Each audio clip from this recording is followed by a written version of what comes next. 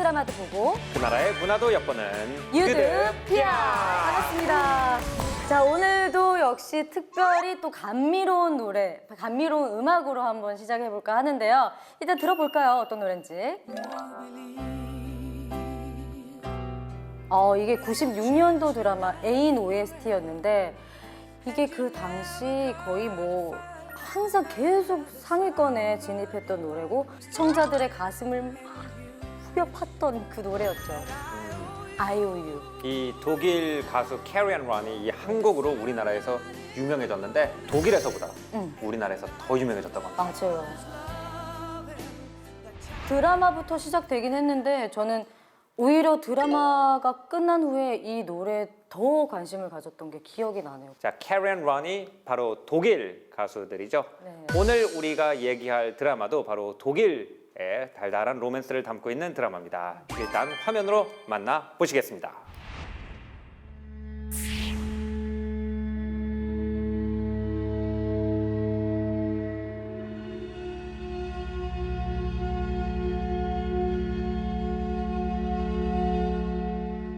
Marie, ton père est mort.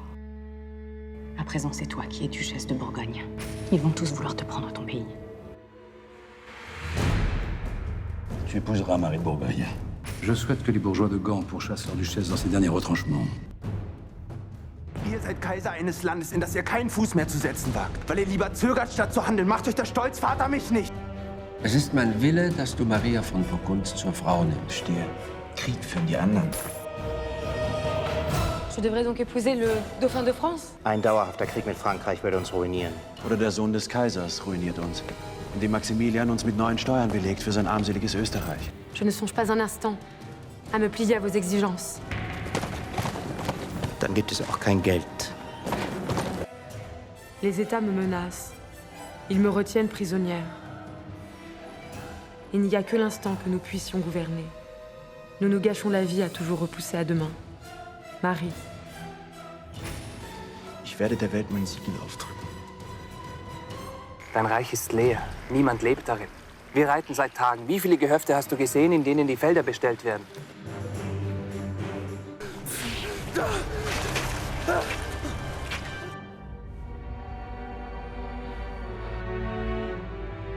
Sieben Tage, Hoheit. So lange braucht er, um die Erde zu erschaffen. Wir sollten das Denken sein lassen und auf unsere Herzen hören.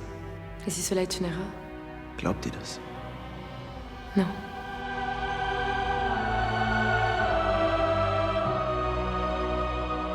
Voulez-vous battre avec des paysans contre des chevaliers français? Eure Ritter sterben so gut wie meine Männer.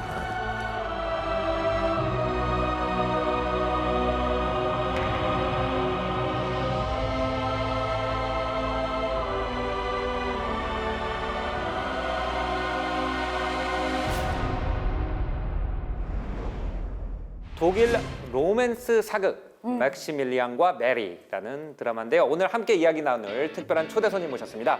생생한 독일 문화를 들려주실 독일에서 오신 아나 씨. 안녕하세요.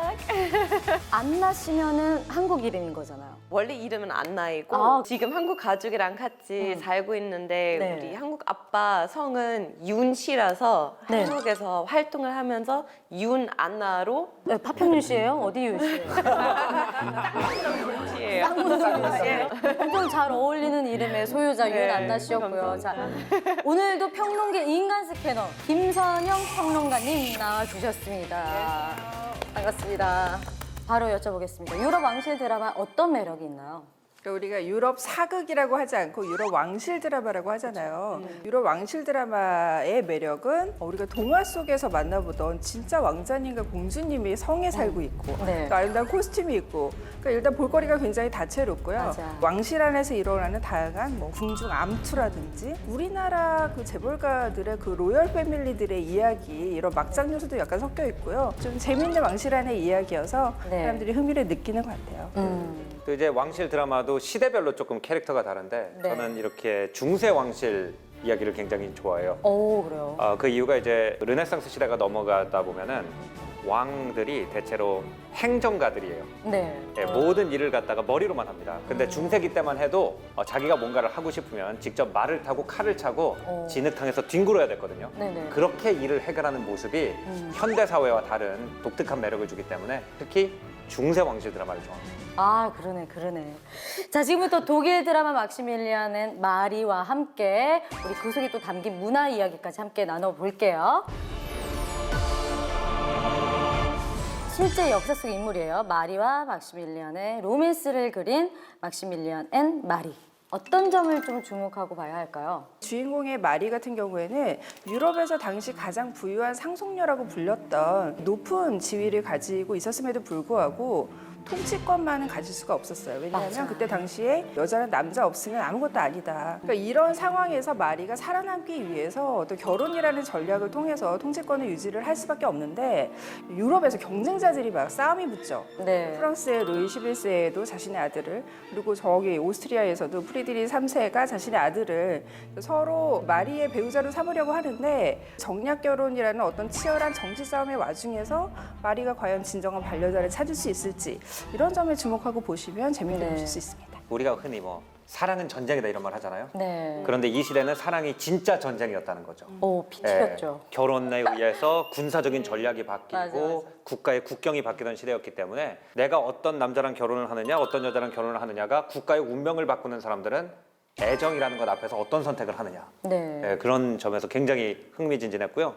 또 하나는 뭐냐면은 역사극을 만들 때는 돈이 많이 들잖아요, 역사극이. 네네. 그러다 보니까 어떤 특정 국가의 영웅에 대해서 만들거든요. 네. 근데 이 버르건디라는 이 드라마의 주제가 된 나라는 현재 없는 나라예요. 저 공중분해된. 예, 그렇기 때문에 오히려 더 거리감을 가지고 저게 우리나라 영웅이야 이런 게 아니고 거리감을 가지고 그 사람들의 개인 삶을 들여다볼 수 있다는 거. 네. 예, 그런 점도 굉장히 흥미로웠어요.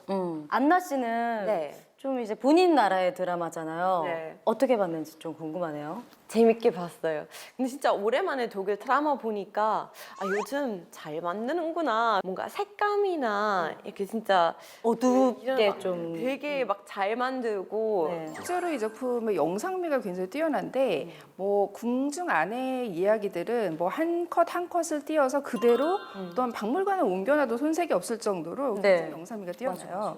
특히 이제 중세의 그 암흑기를 표현하기 위해서 거의 조명을 쓰지 않고 실제로 뭐 촛불이라든지 횃불 같은 것들로 인물들의 이야기를 담아내는데 저는 보면서 계속 그 빛, 어둠 속에서 어떤 빛을 이끌어내는 그 렘브란트의 명화가 계속 생각이 나더라고요. 그래서 이거는 정말 명화를 보는 듯한 그런 영상미가 굉장히 인상적이었어요. 막시밀리안과 마리의 결혼이 드라마로 이렇게 만들어질 정도로 좀 역사적인 만남이었는지도 궁금하네요. 근대 유럽 역사에서 가장 중요한 두 개의 가문이 있죠. 하나는 부르봉 가문이라는 프랑스의 왕실 가문이 있고 네. 하나는 합스부르크 가문이라는 독일의 황실 가문이 있는데 이 합스부르크 가문이 이 드라마 전에는요, 시작하기 전에는 굉장히 가난해요. 이름만 황제일 뿐이지 사실 그런 권력을 가지고 있지 않은 그런 가문이에요. 근데 막시밀리안이 황제라는 타이틀을 가지고 오고요. 네. 마리가 부르고뉴라고 하는 유럽에서 가장 부유한 땅을 가지고 와요. 그럼 어떻게 돼요? 권력과 돈이 만나죠. 이야. 그 다음에 이 집의 자손 중에 한 명이 네. 스페인 왕실의 상속녀랑 결혼을 합니다. 그래서 스페인, 독일, 지금의 네덜란드, 벨기에 전체, 거기다 스페인의 식민지였던 남미 전체를 다스리는 왕이 돼요. 세계 역사상 가장 큰 땅을 다스린 카를 5세라는 왕이 되거든요. 합스부르크 가문의 영광이 태어날 수 있게 한 운명적 만남이 이 드라마에서 그려지는 거죠. 진짜 세계의 결혼이었네요. 네. 그래서 실제로 이 둘의 결혼을 역사를 바꾼 결혼이라고 얘기를 하고 정말 정략 결혼이잖아요. 네. 둘이 정치적인 목적에 의해서 결합할 수밖에 없는 결혼인데 그러한 상황에도 불구하고 서로 진정한 사랑을 빠졌기 때문에 이게 또 이 안에 어떤 굉장히 좀 낭만적인 완전 로망이죠. 감동이 있는 거거든요. 누가 정략 결혼인데 누가 저렇게 예쁘고 잘생겼어. 우리가 또 일반 대중들이 굉장히 이런 로열 패밀리들의 어떤 로맨스에 굉장히 좀 관심이 있게 많잖아요. 네. 뭐 요즘에도 뭐 민저공과 심슨 부인의 이야기가 아직도 회자되기도 하고 뭐 해리 왕자랑 또 그 매기의 결혼도 굉장히 화제가 됐었잖아요. 저는 이제 이 막시밀리안과 마리가 그런 세계 커플의 어떤 원조가 아닌가 그렇게 생각을 하고 있어요. 진짜 대단한 결혼이었네요. 네.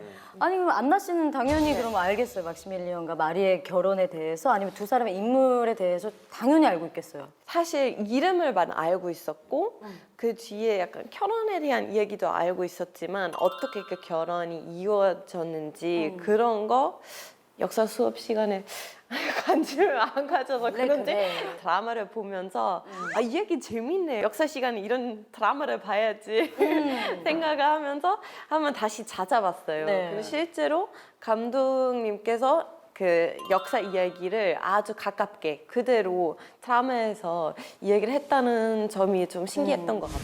독일 리얼 로맨스 사극 막시밀리언 앤 마리 조금 더 자세히 알아볼게요. 유드픽 첫 번째 장면 보여주세요. Une époque de plomb s'est abattue sur la Bourgogne. Votre duc, Charles le Téméraire. 그러니까 모든 이야기는 저 부르고뉴 공국의 어떤 권세를 상승했었던 그 샤를공이 죽으면서 이야기가 시작되거든요. 그러니까 아들이 없이 죽었기 때문에 그때부터 이 공국의 위기가 시작되는 거예요. Le duc est mort. Vive la duchesse. Karl der Kühne ist von Nancy gefallen. 이봐 너무 잘생겼죠 막시밀리언. 엄청 잘 나가는 배우예요. 그쵸? 네. 원래 저 합스부르크 집안 사람들은 이렇게 턱이 이렇게 삐쭉 나온 걸로 굉장히 유명하거든요. 또 보니까 좀 약간 코도 약간 매부리 코더라고요 남자분이. Ihr reist nach Gent zu Maria von Burgund und legt in meinem Auftrage die Bedingungen der Ehe zwischen ihr und meinem Sohne fest.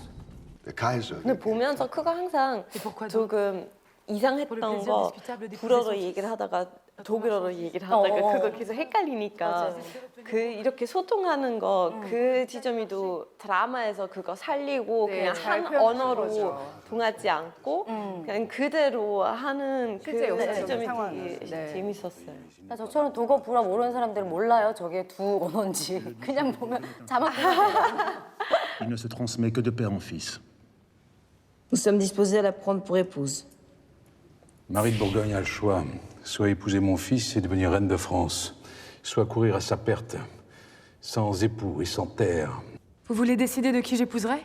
Ja, das ist eine 저는 이 신하들이 너무 미웠어요. 여자를 너무 무시하는 그 여자로서 바라본 제 입장에서는 너무 밉고 되게 모르겠는데 되게 무례하더라고요. 그것도 왕인데 그래도. 제들을 언제 참수할지 그 순간만 계속 기다렸거든요. 그러니까 저는 능지처참을 했으면 좋겠다라는 생각이 들어요. Die Folgen eurer Entscheidung tragt ihr.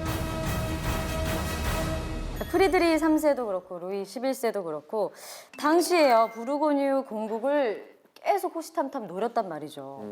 그 이유가 이제 부르고뉴 공국이 기본적으로 서유럽에서 가장 부유한 땅이었다고 생각하면 됩니다. 그 아마 와인 좋아하시는 분들은 부르고뉴라는 프랑스식 발음보다 우리나라에서 통용되는 벌건디라는 이름으로 저 지역을 더 잘 알고 계실 거예요. 저 때부터도 굉장히 유명한 와인 생산지였고요. 그 당시 가장 비싼 수출품 중에 하나가 펑펑 나오는 곳이었고 또 지금의 네덜란드와 벨기에가 저 부르고뉴 공국에 속해 있었거든요. 네. 대서양 쪽에서 이 발테 쪽으로 들어가는데 유일한 그 통로가 네덜란드 앞바다예요. 그래서 배를 거기다 대고 다른 배로 갈아타서 독일의 라인강이라든지 이런 강 쪽으로 이제 무역이 연결됐기 때문에 항이었어요. 항. 예, 북유럽 전체의 어떤 그 항로를 통제할 수 있는 그런 요지고 거기다가 또 가장 비싼 농산 생산물이 나는 곳이기 때문에 그 국가의 부라는 게 왕의 개인의 부와 똑같기 때문에 예, 저런 신부를 얻어서 저 땅을 가지고 오게 되면은 자기 나라가 부강해지는 일이 되는 거죠. 아무리 잘 나갔다고 해도 지금은 사라졌어요. 맞아요. 독일인들은 어떻게 생각해요? 독일 사람도 당연히 이름을 잘 알고 근데 지금은 아예 그냥 역사로 유명하고 당연히 와인 독일 사람 와인을 매우 좋아하니까 사람들 요즘도 계속 인식하고 있는 것 같아요. 그럼 정확히 위치가 독일하고 프랑스를 이렇게 국경을 보잖아요. 그럼 가운데도 이렇게 동그라미를 그리시면 돼요. 그러니까 교집합처럼 이렇게 딱 중간이었던 거예요. 예, 그 벨기 우리가 베넬룩스라고 부르는 벨기에, 룩셈부르크, 네덜란드 지역을 중심으로 해서 그 주변에 있는 꽤 큰 땅이었거든요. 네네. 아니 근데 이런 부유한 나라에 여자가 군주예요? 네. 그죠? 그러니까 가장 부유한 상속녀가 됐는데 상속권은 있지만 통치권은 없어. 그야말로 다른 주변의 사람들이 이 나라를 노릴 수 있는 절호의 기회가 된 거죠. 네. 근데 그런 위기 상황에서 마리가 뭐라고 선언을 하냐면 나는 혼인을 하지 않겠어. 직접 통치를 하겠어. 이렇게 말을 하거든요. 진짜 멋있죠. 네. 저는 그 마리가 혼자서 통치하겠다고 선언하는 장면이 굉장히 중요한 장면이라고 봤어요. 맞아요. 그러니까 시대물이라서 그런지 뭐 깨알 재미들이 있었어요. 역사책 속의 인물들이 좀 많이 다소 언급이 되고 또 나오기도 했죠. 예, 여기서 보면은 이제 그 프랑스 왕이 부르고뉴라는 지역을 싫어하는 이유 중에 잔다르크를 죽였다 이런 말이 나오죠. 네네네. 예, 부르고뉴라는 나라가 100년 전쟁 중에 영국 편이었습니다. 그 과정에서 이제 잔다르크를 샴파뉴라는 도시 안으로 끌어들인 다음에 그 다음에 갑자기 급습을 해서 영국한테 넘긴 사람이 지금 보고 있는 마리 드 보르고뉴의 할아버지나 증조 할아버지일 거예요. 그렇기 때문에 프랑스에서는 영국과 싸우는데 자기 나라 최고의 영웅을 영국한테 팔아먹은 집안이기 때문에 그렇게까지 이제 미워한다 이런 것들이 살짝 언급이 되고요. 헝가리 왕이 와요. 헝가리 왕이 와가지고 내가 오스만 놈들을 꼬치에 꿰서 죽인다 이런 말을 하거든요. 네. 지금의 헝가리라고 불리는 땅에 트랜실베니아라는 나라가 있었고요. 네. 그 트랜실베니아에 굉장히 유명한 공작 중에 블라드라는 공작이 있었는데 여기서 오스만 제국이라는 건 지금의 터키를 얘기하거든요. 네. 터키가 유럽으로 쳐들어올 때 조그만 나라임에도 불구하고 강대국인 터키랑 싸워서 이겨야 되니까 적군의 사기를 꺾기 위해서 적군 포로를 굉장히 잔인한 방식으로 처형했던 그 사람의 별명이 블라드 르 드락이었거든요. 거기서 드라큘라 백작이라는 픽션 캐릭터가 나온다는 거죠. 그 예전에 중학교 때 배웠던 역사 선생님보다 더 많이 아는 것 같지 않아요? 진짜 신기해요. 제가 독일 사람인데 많이 배우고 있어요. 자, 첫 번째 유드픽 흥미롭게 봤습니다. 자, 두 번째 유드픽 함께 보실게요. Comme je connais la Précie, j'en entends que du bien. Eh bien, pas moi. À la cour de Vienne, les gens mangent de la viande crue. 뒤에 저 프랑스인들이 독일인들에 대해서 가지고 있는 저 선입견 보이시죠? 날고기 먹는다고 그러고 목욕도 안 한다고 그러고 맞아요. 오늘날까지 조금 이어지고 있는 아 진짜 저 시녀가 맨 처음에 마시면 목욕을 하세요. 냄새에 민감하다고. Maria, durchlauchtigste Prinzessin von Burgund und Luxemburg. Je pars vous rejoindre dans quelques jours, Maximilien.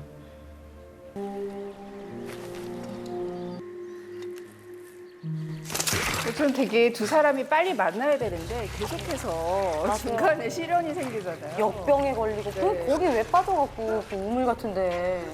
저렇게 이제 로맨스 플롯에서는 더 좀 안타까움을 더해주면서 몰입을 하게 만드는 거죠. 너무 안타까웠어. 저 외모를 빨리 봐야 되는데 역병에 걸리고 전쟁에 막히고 정말. Maximilian von Österreich hat verfügt, dass der Bund der Ehe zwischen euch und ihm noch heute geschlossen wird. Et où est-il? 유럽의 법은 기본적으로 저렇게 결혼을 많이 했기 때문에 교회법이죠. 교회법은 네, 교황청에서 정해주죠 법을. 그래야만 왜냐면 국제 결혼을 많이 하니까 어느 나라의 법을 따르기가 굉장히 어렵기 때문에 왕들은 교황청에서 정해주는 법을 따르게 돼 있었어요. 둘이 이제 서로 결혼을 부부가 된 다음에 첫 연애를 여는데 이 장면이 막스밀리안이 자신의 카리스마를 발휘하는 장면이라서 되게 좀 인상적이었어요. 손으로 먹는 카리스마를 발휘했죠. 남자답다. 남자. 저기에서 백성들을 안심을 시키잖아요. 네. 그러니까 여기에서 단순히 돈만 보고 온 게 아니라 이 나라를 지켜주겠다라고 안심을 하니까 전 여기에서 마리가 굉장히 반한 것 같아요. 맞아요. 딱 눈빛으로. 여기서 반해 만나자마자 외모에 반했죠. 한 번 반하고 두 번째로 여기서 완전히 반한 거죠. Das ich mit aller Kraft verteidigen werde. Komme, was wolle. 정략 결혼이기도 하고 서로 언어도 다르고 문화도 달라서 잘 통하지 않음에도 불구하고 만난 다음 날 결혼도 했고 심지어 둘이 사랑에 빠지고 잘 살아요. 그죠? 일단 그 중세기에서 사랑이라고 하는 것과 우리가 사랑이라고 하는 건 좀 굉장히 달라요. 어떻게 다를까요? 그때는 이제 막 가슴이 뛰고 설레고 이런 것은 주로 병으로 규정을 했었고요. 내가 심쿵하는 거는 이건 아픈 걸 거야. 예, 병으로 규정을 했었고 저기서 보는 관계처럼 서로 간에 타이트한 이해관계를 가지고 내가 이 사람을 지키고 이 사람 나를 지키고 이런 걸 진정한 사랑으로 생각을 했기 때문에 우리가 생각하는 사랑과는 조금 다릅니다. 그리고 말이 안 통하는 걸 이제 부각시키기 위해서 마리는 프랑스어를 쓰고 막스밀리안은 독일어를 쓰는 걸로 나와 있지만 실제로 당시 유럽 귀족들은 모두 다 만나면 라틴어로 대화를 했기 때문에 말이 안 통했을 리는 별로 없어요. 우리나라 사람이세요? 왜 이렇게 잘하세요? 특히 이 시대에 관심이 많아요. 그래요? 드라마에서 이 둘이 사랑할 수밖에 없는 어떤 개연성을 보여주는 게 딱 두 부분이 있었다고 생각을 해요. 한 장면은 이제 마리가 굉장히 위기에 몰린 상황에서 자신의 절실한 상황을 편지에 구구절절하게 쓰거든요. 그때 막시밀리안의 마음이 좀 움직여요. 기본적으로 어떤 기사도 정신이 있기 때문에 저는 그 마리의 상황을 보고 구원을 해야겠다라는 생각이 들었던 거고, 또 이 작품에서 두 사람에 대해서 외모 묘사를 해요. 그러니까 마리의 초상화를 이렇게 보여주고 이 정도로 아름답냐 그랬더니 눈이 부실 지경이다라고 마리의 외모를 묘사를 하고, 먼저 막시밀리안을 보고 온 마리의 시녀는 마리한테 가서 얼굴도 반반하다라고 이야기를 하거든요. 반반하다. 네. 실제로 역사적으로도 두 사람 사이에 태어난 그 장남 필리프가 나오잖아요. 그분의 별명이 미남공이었대요. 필립 르보. 네, 이분의 그러니까 이 집안의 남다른 유전자를 증명을 하는 거죠. 저는 미모도 상당히 사랑해. 원인이 진짜 됐다고 엄친아 엄친 딸들 만난 거네요. 로맨스 사극 드라마긴 한데 두 사람이 만나긴 만나서 결혼을 하는데 정작 연애 장면이라든지 뭐 데이트하는 게 안 나왔어요. 그죠? 저도 봤는데 되게 당황을 했어요. 도대체 이 두 사람이 언제 만날까? 근데 중반 이후에 만나더라고요. 막상 보면 두 사람의 이야기는 전형적인 로맨스의 플롯을 따라가기는 해요. 왜냐하면 처음에는 서로에 대해서 편견을 가지죠. 마리는 야만인이라고 생각을 하고 막시밀리안은 이미 이제 자신의 정부가 있었고 정략 결혼을 너무 싫어했기 때문에 되게 서로에 대한 편견이 있었는데 결국 그 편견을 깨고 사랑에 빠지는 과정이기 때문에 로맨스의 전형적인 플롯을 따르고 있는데다가 둘이 만나는 시간을 계속해서 유보를 하니까 시청자들은 더 애가 다른 거죠. 빨리 만났으면 좋겠다. 맞아요. 여기서 두 사람이 잘 맞을 거라는 것을 갖다 슬쩍 보여주는 게 이제 에피큐로스라고 하는 고대 그리스 철학자 얘기가 몇 번 나와요. 이 드라마에서 보시다시피 유럽의 귀족들은 르네상스로 넘어가기 전에는 무사 계급이지 문인 계급이 아니에요. 그렇기 때문에 말을 타고 창 쓰고 칼을 쓰는 방법을 갖다 훈련을 했지 글을 읽는 건 아래 애들을 시켰거든요. 근데 이 사람은 지적인 호기심이 있고 고대 그리스의 철학책을 읽는 사람이고 마리도 그렇다. 그렇기 때문에 신세대라는 걸 보여주는 거죠. 자라나는 르네상스 시대의 귀족들인 거예요. 그거를 보여주고 이제 에피큐로스의 철학 자체가 지금 이 순간을 즐기자거든요. 약간 욜로 철학이거든요. 이 에피큐로스로 두 사람이 서로 인용을 하면서 대화한다는 건 둘 다 배우는 걸 좋아하는, 그 당시로는 극히 드문 귀족이고 그 다음에 둘 다 약간 그리스의 욜로 철학에 빠져 있다. 그러니까 어느 정도 둘 맞을 거라는 건 우리가 미리 알 수가 있죠. 근데 저도 이런 얘기도 흥미로웠는데 들어보면 재밌었던 게 궁세를 배경으로 한 사극에 꼭 이렇게 감초처럼 등장해야 되는 그런 장면들이 있어요. 왜냐하면 우리나라 사극에서도 그런 것들이 있거든요. 목욕신은 항상 나와야 되고 고문신이 항상 나와야 돼요. 의금부에서 이렇게 곤장 맞거나 그게 중세 배경 사극에서는 고문 장면인데 굉장히 정근대적인 방식으로 일어나는 잔인한 고문 장면들이 있어요. 여기에서도 왜 중간에 그 프랑스의 루이 11세가 어떤 한 사형수의 사형을 면하고 뇌를 회부하는 그런 장면이 나오죠. 맞다. 별로 중요하지 않은 것 같지만 그 시대의 야만성을 보여주기도 하고 그 왕의 권력을 보여주는 그런 장면이라서 그런 장면들이 항상 필수로 등장하는 게 전 재밌더라고요. 그러네. 자, 점점 더 흥미로워지는 막시밀리안의 마리. 자, 마지막 유드픽 보여주세요. Combien d'hommes nous faut-il pour nous défendre? Contre la France 20 000. Et les bourgeois de nos villes refusent. 상인들도 돈 쓰는 입장인데 얼마나 답답하겠어요, 그죠? 그렇죠. 그 당시 이제 귀족들은 자기 영통 확장하는데 전쟁을 하는데 돈을 대부분 썼잖아요. 복지라든지 이런 데 돈을 쓰는 게 아니기 때문에 저기 이제 마리가 주인공이니까 저 상인들이 굉장히 밉지만 저 상인들 입장에서는 또 자기네 돈 세금 걷어서 도시를 더 좋게 만드는 것이 아니고 전쟁에 쓰는 귀족들 보면은 화나죠. 어떻게든 안 내려고 하는 거고. 근데 저는 저 드라마에서 저런 각 상인의 입장을 되게 잘 그렸다라는 생각이 들었어요. 그러니까 이게 굉장히 정치적인 전략적인 싸움이고 또 저런 상인들의 입장을 지금 이용해서 프랑스가 이간질에 들어가는 거잖아요. 분열을 일으키는 거잖아요. 굉장히 정말 저 안에서 치열한 정치적 싸움이 일어나고 있다는 거를 굉장히 잘 보여주더라고요.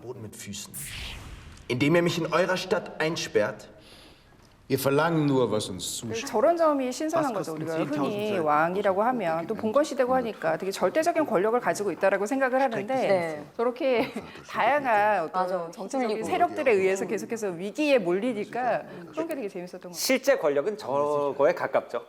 그래서 그렇죠. 네. 맞아. 여러 이해 그룹을 맞춰서. 그렇죠. 기존의 왕권이 너무 판타지였던 거죠. 네, 맞아요. 10.000 Mann ohne Ausrüstung, 2 Monate. Félicitations, vous serez bientôt le nouveau maître de l'Autriche. Die pünktliche Tilgung der Raten reicht mir voll auf. Wie viele Männer könnt ihr anbieten?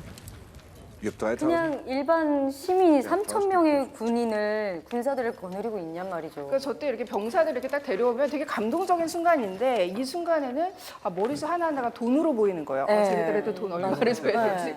이런 걸 생각하게 만드는 사극이 처음이어서. 저거는 이제 업체예요. 저기야 경호업체예요. 실제로 이제 콘도티에레라고 그래가지고 저런 업체를 운영하는 사람들이 르네상스 시대에 되게 많았어요. 맞아요. 극중에서 그려지는 귀족들 모습이나 시대적 상황들이 기존 중세 작품들과 조금 다를 것 같아요. 우리가 중세 그 왕들에 대한 영화를 보면 그냥 아무나 야 저놈 사형에 처하라 그럼 바로 끌려가고 이런 거에 익숙하죠. 근데 여기에 보면은 왕들이 돈이나 꾸러 다니고 그러니까 병사를 소집하러 갔는데 아무도 안 오고 그 이유가 있습니다. 이게 중세기가 몰락하기 직전 상태예요. 그러니까 이거 지금 이때가 이탈리아에선 이미 르네상스 시기고요. 일단 돈의 힘이 군사력보다 더 중요해지기 시작하는 시점이거든요. 네네. 그렇기 때문에 이제 그 사실은 마리와 맥시밀리안은 구체제 인물들인 거죠. 갑옷을 입고 말을 타고 칼을 들고 나가가지고 나라를 그 확장시키겠다는 건 굉장히 구체제고 사실 여기서 그 마리한테 돈 못 꺼주겠다, 네. 막시밀리안한테 돈 꺼줬는데 언제 갚냐 하는 사람들이 이제 르네상스 시대를 여는 사람들이거든요. 근데 이제 우리가 르네상스 시대 역사책을 보면 뭐 메디치 가문이라든지 이런 굉장히 돈 많은 사람들 네. 그런 사람들이 르네상스를 열었다는 걸 알고 있잖아요. 네. 이게 이제 교체식인 거예요. 옛날 기사들이 몰락하고 있고 상인들의 권한이 점점 세지고 있는 그 갈등을 굉장히 잘 그린 거죠. 그러니까 6부작밖에 안 되는데 그 시대가 이렇게 이동하고 있다는 걸 너무 잘 보여줘요. 네네. 인물들만 봐도 그걸 알 수가 있는데 정말 중세가 몰락한다라는 거를 그 캐릭터 자체로 왕의 캐릭터로 보여주거든요. 네. 루이 11세는 실제로 이제 죽어가죠. 그의 왕위를 물려받은 유일한 후계자인 아들은 11살인데 내가 너에게 여자를 가르쳐주겠다라고 너무 했는데 꼬마의 주체. 공포에 질려서 바지에 오줌을 지르는 장면이 네, 그게 맞아요. 굉장히 상징적인 장면이거든요. 그러니까 그들이 얼마나 그 구질서고 그게 몰락할 수밖에 없다라는 거를 너무나 네. 잘 보여주는 장면이고 여기서 막시밀리안이 실제로 이제 나는 시대를 바꾸겠다라는 대사를 되게 자주 하는데 네. 그러니까 그런 구세대에 좀 저항하려는 어떤 근대적인 개인의 모습을 그리고 있어서 저는 막시밀리안과 마리 캐릭터가 굉장히 좀 강렬한 캐릭터라는 생각이 들어요. 와, 진짜 우리가 뭐 르네상스 시대도 그렇고 뭐 중세 시대도 이렇게 막 보고 있잖아요. 보고 있으면서 이 막시밀리안은 마리가 딱 그 넘어가기 직전이라고 하셔서 그런지 참 요거부터 보기를 잘했다라는 생각이 딱 드네요.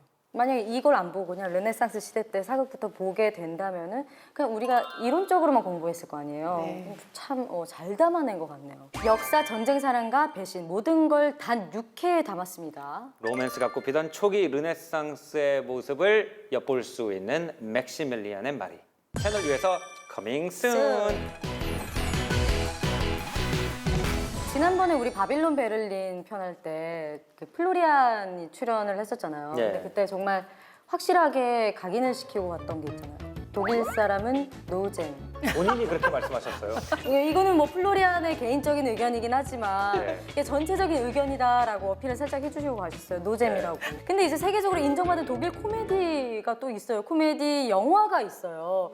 그걸로 조금 만회할 수 있지 않을까요? 그러니까 생각나는 게 최근에 이게 토니 에드만이라는 작품이 국제 영화제에서도 굉장히 많이 수상을 하고 우리나라에서도 굉장히 많은 관객을 동원했어요. 네. 그 작품을 보면 이제 독일이 노잼이다라는 편견이 좀 깨지지 않을까. 아버지가. 근데 좀 유머가 독특하더라고요. 이게 아버지와 딸의 관계를 그린 건데 그 아버지의 엉뚱한 행동으로 시종일관 웃음을 이끌어내지만 그 유머에 뭔가 굉장히 좀 묘한 씁쓸한 유머가 있어요. 그래서 진짜 그런 건가요? 뭐 네, 어떤? 그러니까 그게 독일 사회를 약간 반영을 한 거고 세대 갈등을 보여주는 그런 거긴 한데 전 그래서 약간 그런 어떤 희비극적인 그런 성격의 어떤 독일 코미디의 특징이 아닌가. 저는 안나 씨한테 한번 물어보고 싶어요. 네, 저도 그런 이야기를 많이 들었어요. 독일 사람들 재미없다고. 많이 들었어요. 편견인 것 같은데. 왜 남의 나라처럼 얘기하시나요? 제가 봤을 때 독일 유머는 그냥 코드가 조금 다른 것 같아요. 특히 언어를 가지고 이런 농담들 많이 네네. 하고 어떤 단어를 써서 거기 분자도 많이 하고 약간 이런 거 독일 사람이면 이해할 수 있고 재밌다고 생각을 할 수 있는데 아무래도 한국어로 번역하면 네. 그 재미가 싹 없애지는 그런 거 있다고 생각을 하지만 저도 도니 앳만 되게 재밌게 봤고 네. 한국인 친구들이랑 같이 여기 대한극장에서 같이 보면서 같이 뭐래요? 웃고 같이 웃어요. 한국 친구들도 굉장히 좋아해서 고민을 했었어요. 왜 도니 앳만 재밌을까? 근데 딱 보니까 감독님께서 여자 감독님이고 독일에서도 되게 유명하지만 그분께서 독일 사회를 많이 관찰을 하고 인간을 관찰하기 때문에 언어보다 우리가 다 통할 수 있는 공감되게. 사람 전 세계에서 똑같잖아요. 이런 유머 코드보다 그냥 인간 코드를 이런 거 접근하려고 하다 보니까 원래 코미디 자체가 풍자랑 해악이잖아요. 나라의 뭐 풍자를 조금 반영해주고 해악이 저는 정말 말 그대로 그 인간들의 공감대 그런 게 잘 섞이면은 세계적으로 그냥 뭐 무난하게 잘 통하는 것 같아요. 그런 영화나 그런 드라마는. 제가 또 요즘 들은 게 있습니다. 이건 플로리안한테 들은 건 아니지만 그 요즘 독일에 놀러 가면 그 클럽이 저는 그런 거밖에 못 들어요. 클럽? 클럽이 되게 핫하다고. 한국 클럽이랑 조금 달라요? 다르긴 하죠.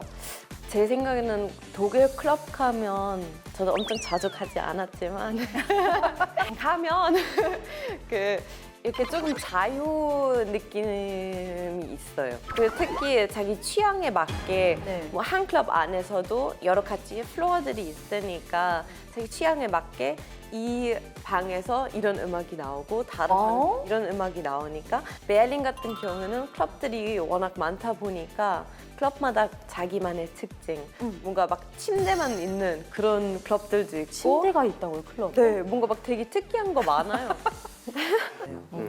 어디야? 거기가. 지난번 드라마 바빌론 베를린에서 1920년대에서 뭐 30년대 뭐 한락의 도시 베를린 클럽도 엿봤긴 했지만 막시밀리안의 말이 뭐 물론 옛날이긴 하지만 간통죄에서 코를 확 잘라내요. 코를 확 잘라내고 또 겁탈을 했을 경우에는 사형. 형벌이 진짜 엄하긴 한데 지금도 조금 엄해졌다고 해요. 그 욕하면은 벌금 낸다면서. 욕을 했을 때 벌금을 낸대. 저 욕 잘 안 해서 이런. 아니 누가 당신 보고 뭐래? 독일 사람들이. 독일 사람은 아무래도 약간 정리된 삶을 좋아하다 보니까 휴직들도 많이 만들고 그냥 우리는 같이 공동체에서 살면서 최대한 평화롭게 살려고 하는 그런 마음을 갖고 있으니까. 자, 여기까지 방송용 멘트. 자, 이거 경험하신 게 있다면서요. 그러니까 프랑스는 사실 신호등도 잘 안 지키고요. 그냥 길 아무 데서나 막 건너고 그래요? 뭐 횡단보도 같은 거 없고요. 그래서 이제 프랑스 친구들이랑 독일에 갔어요. 근데 이제 프랑스 친구들은 뭐 빨간불이 안 보여요. 그냥 없어요. 그래서 이제 빨간불인데 차가 없으니까 그냥 건넜어요. 우르르. 그래서 이제 평소대로. 독일 경찰 건분이 딱 계시더니 다섯 명, 한 명에 30유로씩 150유로 내라는 거예요. 네. 그랬더니 이제 어떤 친구가 자기가 고등학교에서 독일어를 좀 배웠대. 이런 친구 조심해야 돼요. 자기가 경찰분이랑 얘기를 해보겠대요. 그래서 뭐라고 얘기를 해요. 경찰분이 더 화를 내시면서 경찰한테 그 하면 안 되는 얘기를 했기 때문에 150유로 더 내래요. 그래가지고 이제 300유로 내고 여행비 다 벌금으로 내고 온 적이 있어서 실제로 친구분들이? 네, 저도 같이 있었어요. 어머. 예, 그래서 이제 제 기억에는 독일은 잘못하면 벌금을 굉장히 많이 내는 나라구나라고 생각을 하게 됐죠. 우리는 유치원 때 길을 어떻게 걸어가야 하는지 보행자 면허증? 거기 이런 거 받아요. 유치원 때. 그럼 뭐 초등학교 들어가면 그거 자전거 타는 거. 그것도 학원 같은 거 다녀요. 그럼 거기서 시험을 또 봐야 되고 자전거도 술을 취하고 타고 걸리면 운전, 면허증까지 다. 알면 알수록 진짜 이렇게 다양하고 재미있는 매력들이 많은 독일입니다. 또 여행지를 좀 추천해 줄 만한 곳이 있다면 어디가 있을까요? 좀 그 엄격한 독일을 벗어나고 싶으면 네. 베를린을 정말 추천할 수 맞아. 있어요. 완전 달라.